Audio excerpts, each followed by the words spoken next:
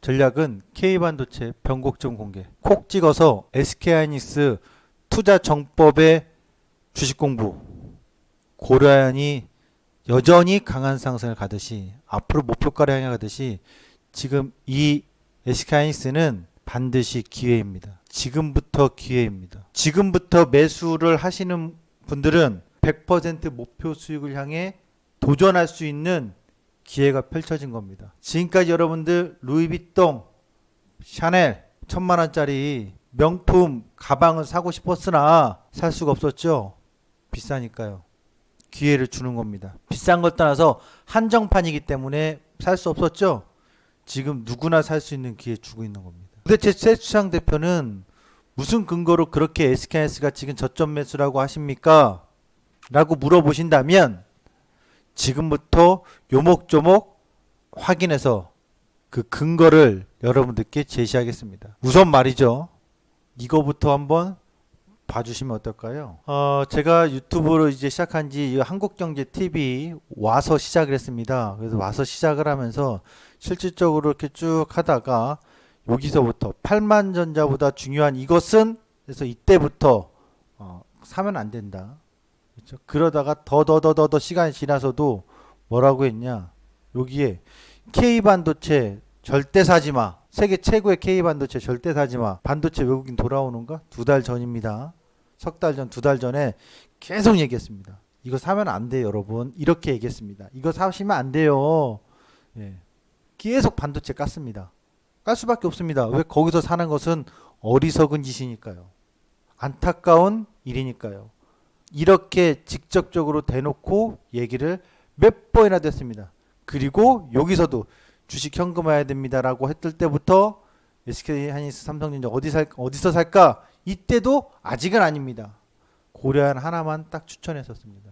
그러면 지나간 일을 제가 짚어준 이유는 첫 번째, 그럼 최수창 대표는 지나갔던 과거의 기록을 보니까 틀린 말은 아니네요. 만일 한 달 전, 2달 전에도 사라고 해놓고 지금도 기회라고 하면 막말로 썩어발인데 그러네. 2달, 석 달 전에도 사라는 얘기 안 했으니 그러면 오늘 들어볼 내용들은 경청할 만한 가치가 있다. 우선적으로 판단이 되겠죠. 이제 본격적으로 그럼 SK하이닉스를 비롯한 K반도체의 이유 왜 사야 되는지 우리가 반도체가 실질적으로 어느 정도의 영향력을 미치는지 알아야 됩니다.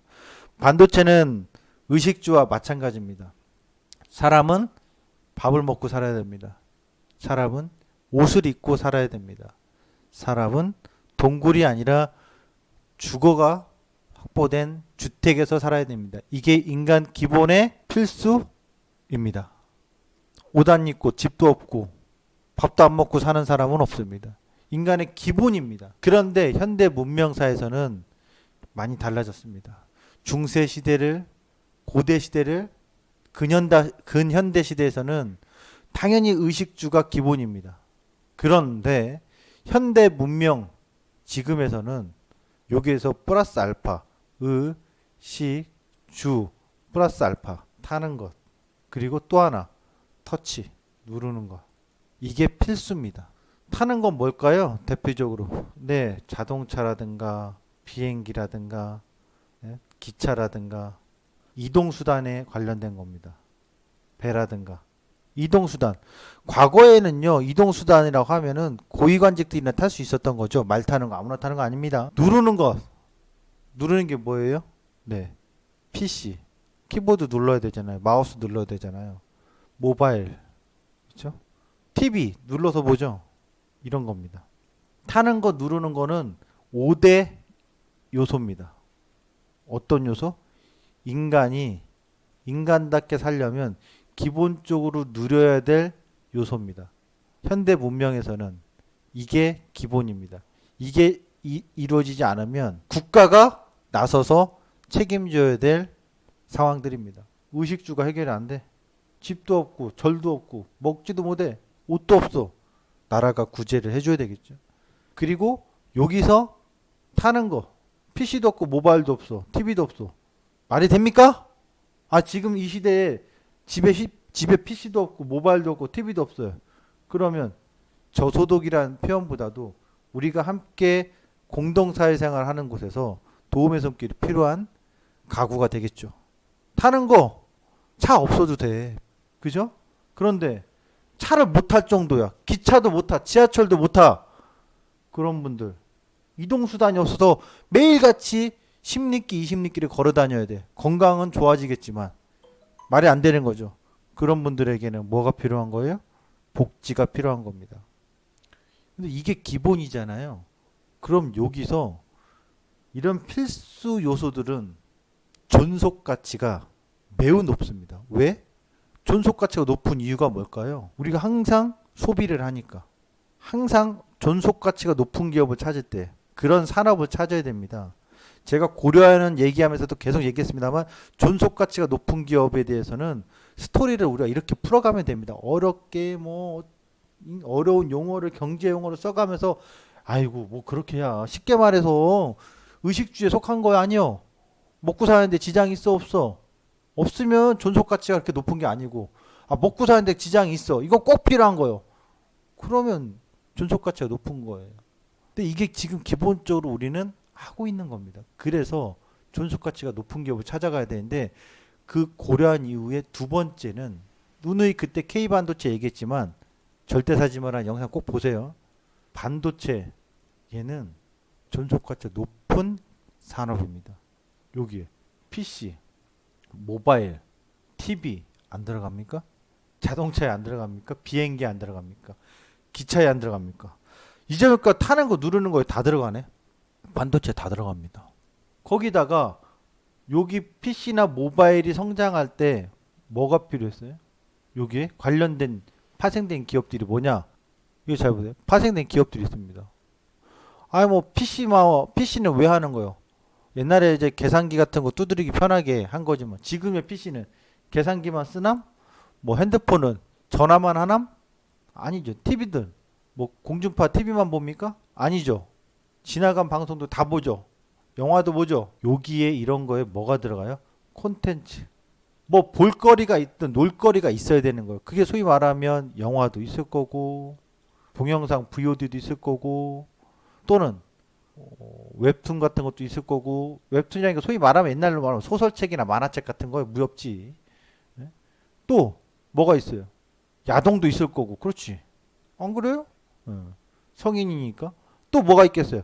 게임도 있겠지. 고수업도 있을 거고 요즘 새로 나오는 애들이 좋아하는 무슨 게임도 있을 거고 배틀그라운드 있을 거고 뭐 있어.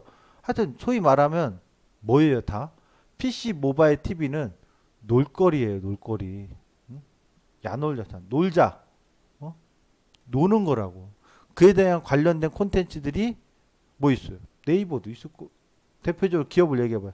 네이버도 있을 거고 넷플릭스도 있을 거고 그렇죠? NC소프트도 있을 거고 다 이거네. 근데 이 모든 것들을 하려면 반드시 뭐가 필요해? 삐리리 반도체가 필요하다고. 존속 가치는 내가 죽어도 쟤는 안 죽어. 영원하리라. 산업이 영원할 수는 없겠죠. 언젠가. 그런데 지금 보면 반도체는 앞으로 미래 사회에서도 영원할 수밖에 없을 거예요. 의식주 나는 죽어도 옷은 그렇죠. 한복은 사라져도 옷은 존재하잖아요. 옷이라는 산업은 먹는 거 그렇죠. 먹는 거 계속 발달을 해서 음식 문화가 그렇죠. 지금 이 상황까지 왔잖아요. 계속 발달할 거예요. 음식 문화는. 허나 음식이 자체가 사라지진 않습니다. 죽어 판잣집이든 한옥집이든 계속 시대에 따라서 발달을 해서 지금은 아파트지만 주거에 관련된 산업은 뭐예요? 바뀌지 않습니다. 그러니까 제가 우스갯소리로 재미있게 좀 설명하면 직업을 선택할 때 변치 않는 이런 산업에 관련된 직업을 선택하면 좋죠. 주거 관련된 거 설계사 좋죠. 음식 요리사 대접받습니다.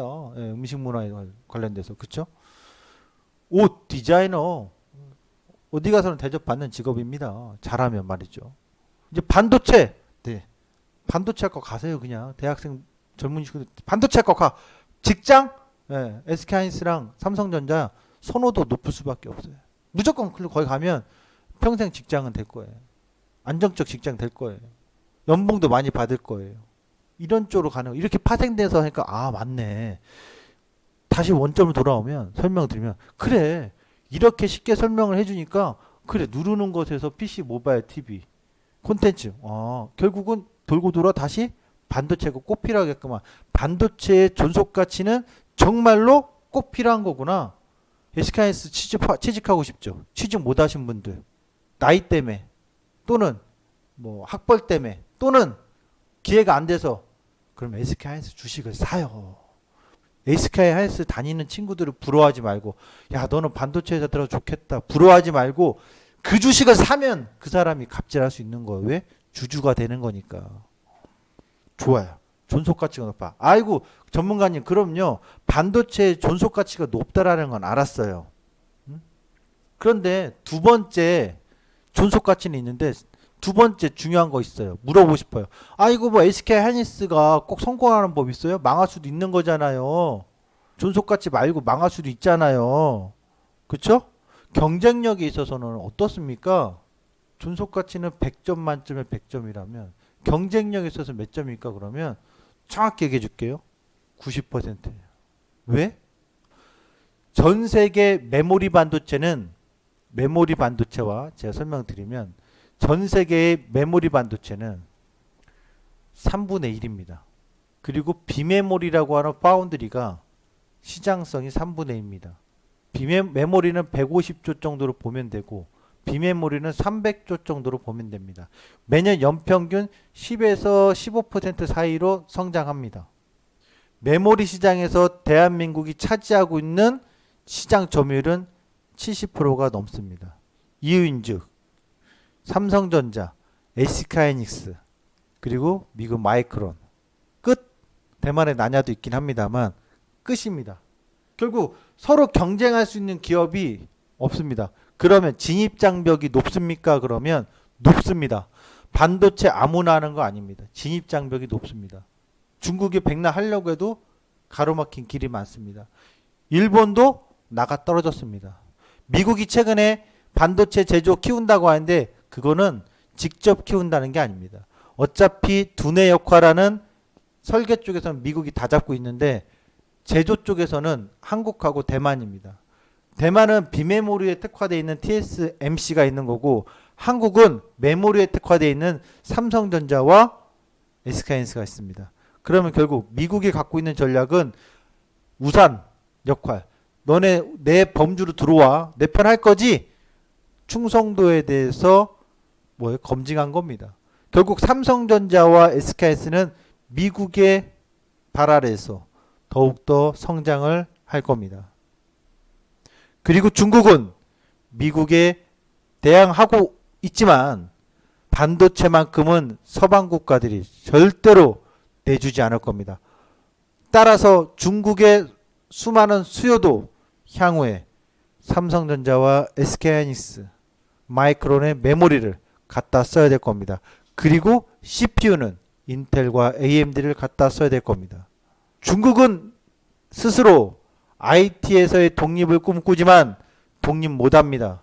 할 수 없습니다. 만약 독립하고자 이빨을 드러내는 순간 미국과 서방국가 그리고 미국의 우방국인 한국을 비롯한 모든 세계의 국가들과 적대시하는 전쟁이 일어날 수도 있습니다. 그런 일은 없기를 바랍니다.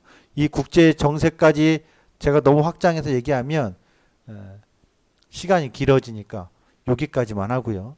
그래서 경쟁력은 결국 진입장벽이 높기 때문에 메모리 반도체 돈만 있다고 해서 되는 게 아니라 돈이 있다 하더라도 기술력이 필요하고 기술력을 확보하려고 하니까 국제정세에서 서방 국가들이 미국이 좌지우지하니까 실질적으로 메모리 반도체 독립할 수 있는 생산을 독립적으로 자립할 수 있는 국가와 기업은 그리 많지 않다.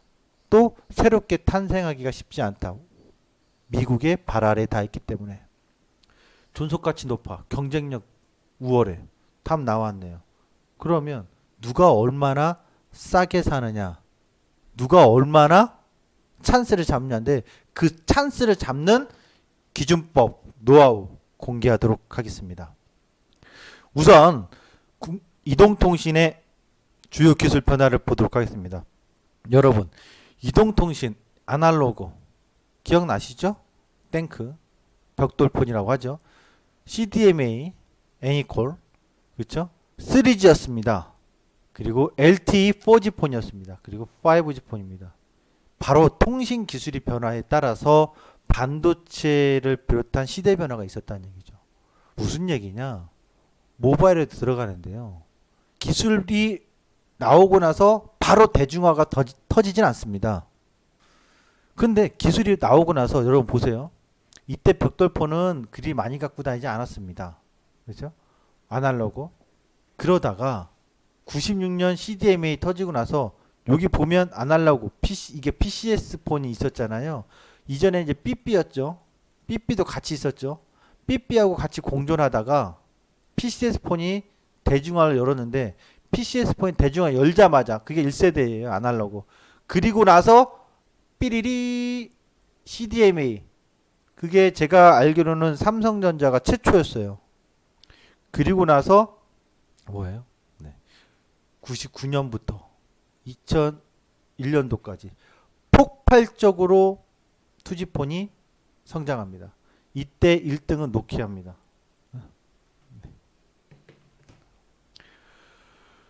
그 다음에 아이폰. 사실상 삼성에서는 옴니아폰도 있었습니다만 아이폰이 이 시대를 열었습니다. 언제 열었죠? 3G? 네. 08년도 몇 년 뒤에 한국에서도 열풍이 불기 시작하죠. 4G폰 LTE 2011년도에 나오고 나서 2013년도부터 폭발적으로 옵니다. 그리고 2019년도 5G폰 이제 2022년도부터 본격적으로 옵니다. 과연 그럴까요? 온다라는 표현이 뭐냐? 이게 기술이었으면 판매량을 보면 됩니다. 다음 자료 보면 여러분 판매량 보세요. 갤럭시 시리즈 4,100만 대, 7,000만 대. 2012, 13년대 폭발합니다. 많이 팔렸으니까 누가 돈 버는 거예요? 스마트폰 판매한 애들이. 근데 스마트폰에 모바일에 뭐가 들어가? 반도체가 들어가. 반도체 회사도 성장하겠죠. 자, LTE 2011년도에 나왔는데 어떻습니까? 몇 년 지나고 나서, 그죠? 몇 년 지나서 LTE 폰 폭발하죠. 이겁니다. 여러분, S8, S7. 지금 저는 삼성전자를 추천하진 않습니다. 이유인즉 바로 스마트폰 때문에 그렇습니다. 짤막하게 말씀드리면 삼성전자 S20, S21 얘 지금 6개월간 판매된 게 1,400만 대 정도밖에 안 된답니다. 하지만 아이폰 12는 1억 대가 넘는답니다. 지금 전체적으로 플래그십 프리미엄 제품에서의 갤럭시가 밀리고 있습니다. 그리고 중저가에서는 샤오미가 치고 들어올 거고요. A 시리즈 판매는 많아서 전체적으로 판매량은 많습니다만 실질적으로 수익성은 많이 떨어진다는 거. 그래서 삼성전자는 저의 관점에서는 없습니다. 현재. 자, 결국 설명하고자 했던 것은 통신기술 발달과 더해서 스마트폰의 모바일의 신제품의 판매 증가가 겹치는 시기. 그때가 뭐예요? 반도체가 폭발 수요가 늘어난다. 근데 이렇게 반도체가 폭발하면서 모바일이 계속 바뀌는 이유는 또 뭘까요? 네, 바로 성능이 좋아지면서 서버 DRAM 시장도 같이 커집니다. 이유인즉 동영상의 시대. 동영상을 하나 봤는데 3분짜리 봤는데 막 10분 걸려봐요. 여러분, 그럼 여러분 같으면 그거 다운받아서 보겠어요? 안 봐요. 허나 몇 초니까 핸드폰으로도 몇 초 안에 그냥 받아서 보니까 콘텐츠량이 증가하죠. 그러면 또 뭐가 필요해요? 데이터를 제공하고 있는 서버 DRAM이 필요한 겁니다. 야, 모바일. 그리고 모바일과 더불어 서버 DRAM까지 얘기가 됐으니까 다음 하나 더. 이거 PC. 아, 그럼 모바일만 발전하냐? PC도 발달해야지. DDR 램 카드. DDR2 2004년, DDR3 2007년, 2014년에 DDR4 지금 이거 쓰고 있는 겁니다. 어제인가요? 대만에서 보고서 나왔다고 하반기 디램 가격 떨어지는 거? 야야, 나도 알아. 너만 아는 척 하지 마. 상식적으로 생각해봐라. 대만 보고서 이놈들아. 올해 상반기에 반도체 투자를 하라고 했던 분들에게는 죄송한 얘기지만 밥은 먹고 다니냐? 라고 하고 싶어요. 주식 경력 짬밥이 2, 30년 되면 최소한 짬밥이 아니라도 주식 경력으로 5년 이상만 되면 열심히 공부한다고 밥 벌어 먹으려고 한다면 이것 정도는 기본적으로 공부해야 되는 거 아니에요? 여러분, 제가 쉽게 설명드릴게요. 이 DDR이 뭐냐면 결국엔 전력 소모 낮추고 성능, 속도 높이고 이게 뭐가 중요하냐고요? 만약 전력 소모가 막 조금만 써도 막 전력 소모가 엄청나 막 그러면 PC는 장시간 쓰는데 그 PC 쓰겠어요? 전기세가 무서워서 못 쓰겠죠. 속도가 느려 터져. 클릭하는데 지금 우리 라이브 방송 이런 거 듣는데 속도가 느려 터져. 막 답답해. 제가 얘기하는데 여러분들은 한번 3, 4분 있다 들려. 짜증나겠죠. 예를 들면. 그런 거예요. 다운받는데 뭐 1시간 걸려. 그게 PC야? 안 보고 말지. 결국 전력 소모와 성능 속도를 계산하는 건데 이것도 발달을 합니다. 그럼 이게 뭐냐? 쉽게 생각해서 여러분 2월 상품을 생각해 보세요. 자, 신상품 나옵니다. 가을 신상품이 옷이 나옵니다. 그러면 재고품 2월 상품이 있죠. 아, 재고품 2월 상품이 옷이 나쁜 건 아니에요. 다만 신상이 아닐 뿐이야. 그러니까 가격이 뚝 떨어지죠. 하지만 신상은 말 그대로 신상이기 때문에 새로운 거기 때문에 가격의 프리미엄이 붙어도 잘 팔립니다. 아니 무슨 겨울 점퍼가 신상이라고 해서 120만 원이야. 요즘 애들 뭐 사주려고 하면 80만 원, 120만 원이야. 아유 이거 너무 비싸 못 사겠어. 그럼 2월 상품 가. 2월 상품 가면 여기는 30만 원, 40만 원 이래. 그럼 이거 사요. 근데 이거 입는다고 해서 뭐 이거 입는다고 해서 옷에 문제 있어요? 옷 입고 다니는데 겨울에 뭐 추위 타나? 아니거든요. 그런데 가격 차이가 크죠. 바로 그거예요. 여러분 신상을 가는 과도기가 있으면 DDR2에서 DDR3로 넘어갈 때 2007년도에 기술이 나왔는데 요 넘어갈 때 2007년도 바로 넘어간 거 아니거든요. 2008년도 이 시기에 DDR2는 재고가 쌓인다고. 그럼 여러분 쉽게 말하면 소비자 입장에서 그 소비자가 기업도 있을 거고 개인도 있을 겁니다.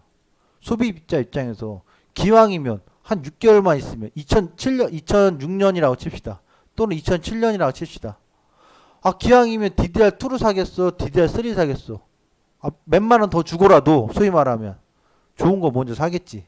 그쵸? 아니면 가격에 있어서 본인이 소비하는 데 있어서 비싸. 대신 DDR2가 싸지겠지. 왜?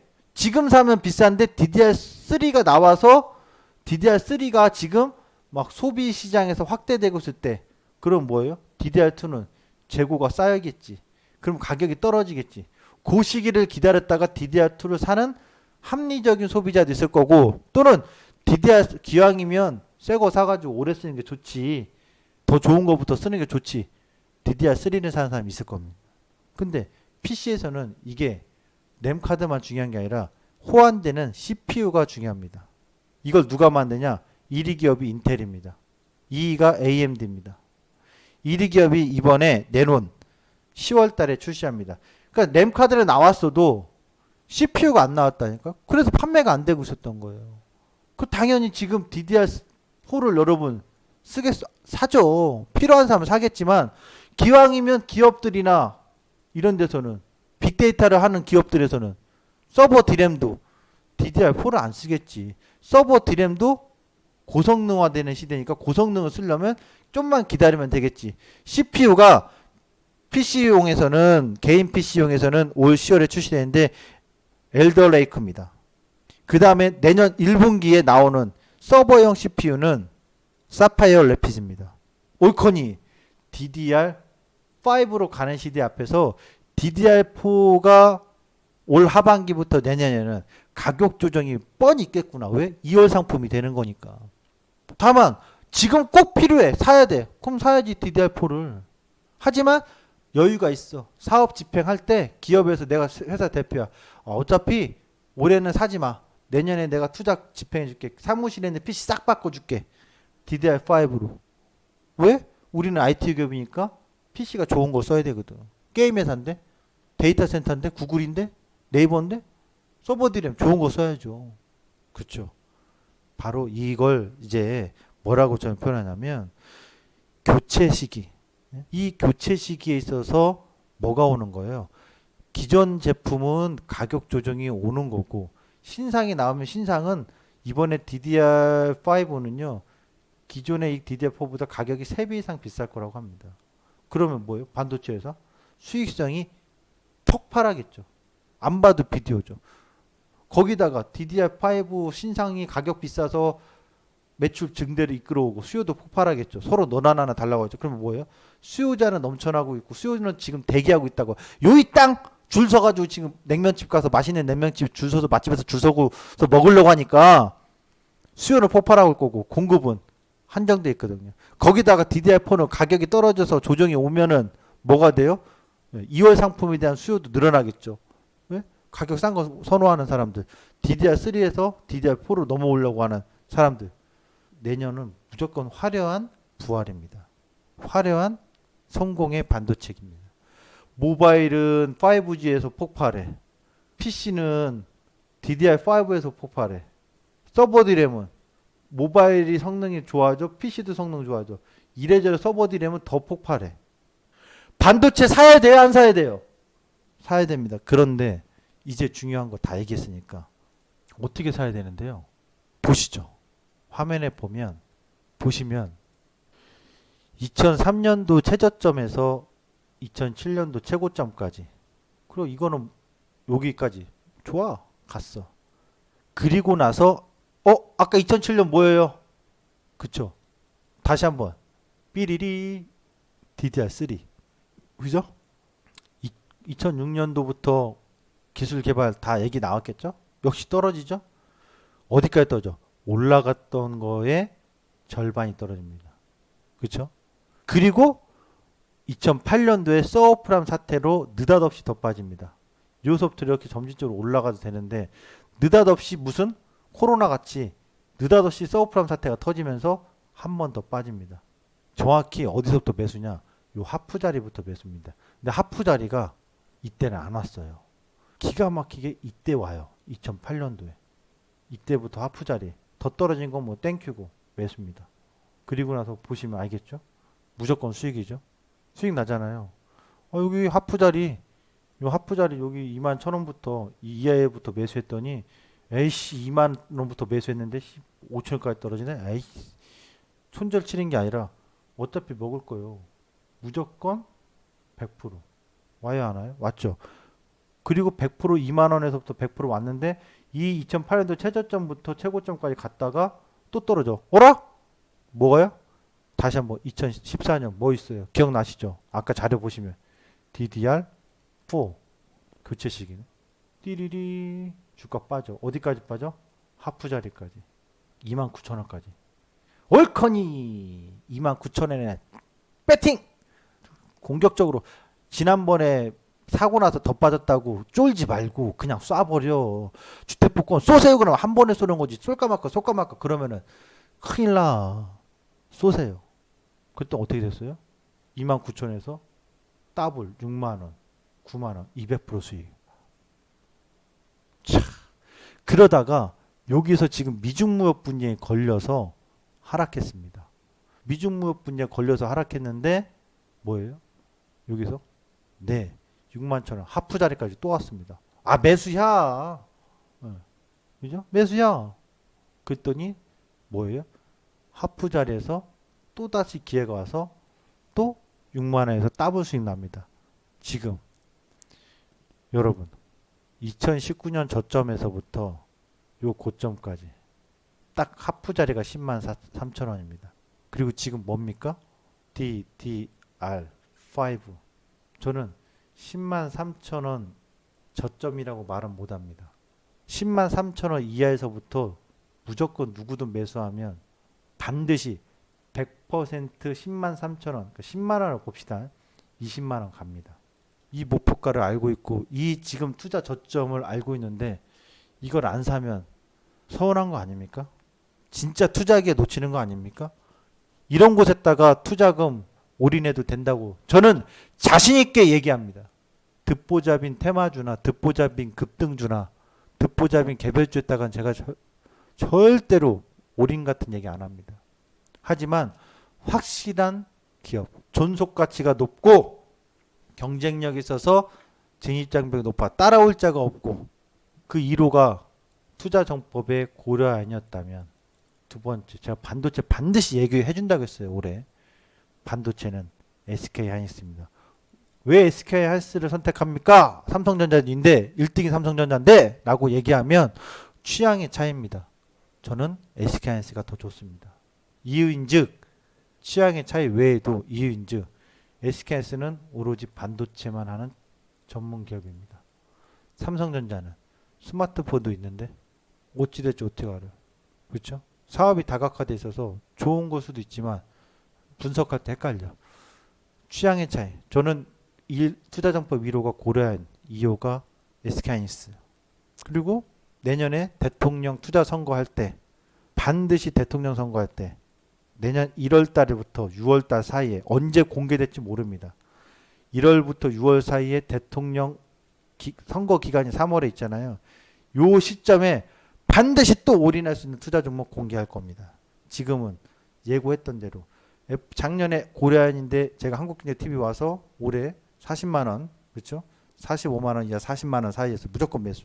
고려아연, SK하이닉스 반드시 기회가 온다고 했어요. 지금부터 기회. 용감하게 싸울 줄 아는 사람이 뭐를 얻는 거예요? 미인을 얻는 거예요? 미인은 다 필요 없어요, 여러분. 얼굴 이쁜 거는 다 필요 없다고. 우리는 뭐가 필요해요? 100% 수익이 필요한 겁니다. SK하이닉스 만천하에 공개하고 무조건 오늘부터 저점 매수 싸워서 이길 희망의 찬가를 외치실 준비를 하셔야 되겠죠. K반도체 변곡점은 나오고 있는 겁니다. 오늘 이 전략을 꼭 여러분이 자신의 것으로 만드시기 바랍니다. 저는 10만 3천 원 이하부터 다 매수입니다. 9만 6천 원, 9만 3천 원, 9만 2천 원, 9만 1천 원 다 매수요. 더 떨어지면 땡큐 에브리바디 싸들고 와 돈 투입입니다. SK하이닉스 한 가지 특징을 더 설명드리겠습니다. 끝으로 공교롭게도요. SK하이닉스 2008년도에 저점이 언제냐? 지수 저점이 10월입니다. 2011년도 지수 저점이 8월입니다.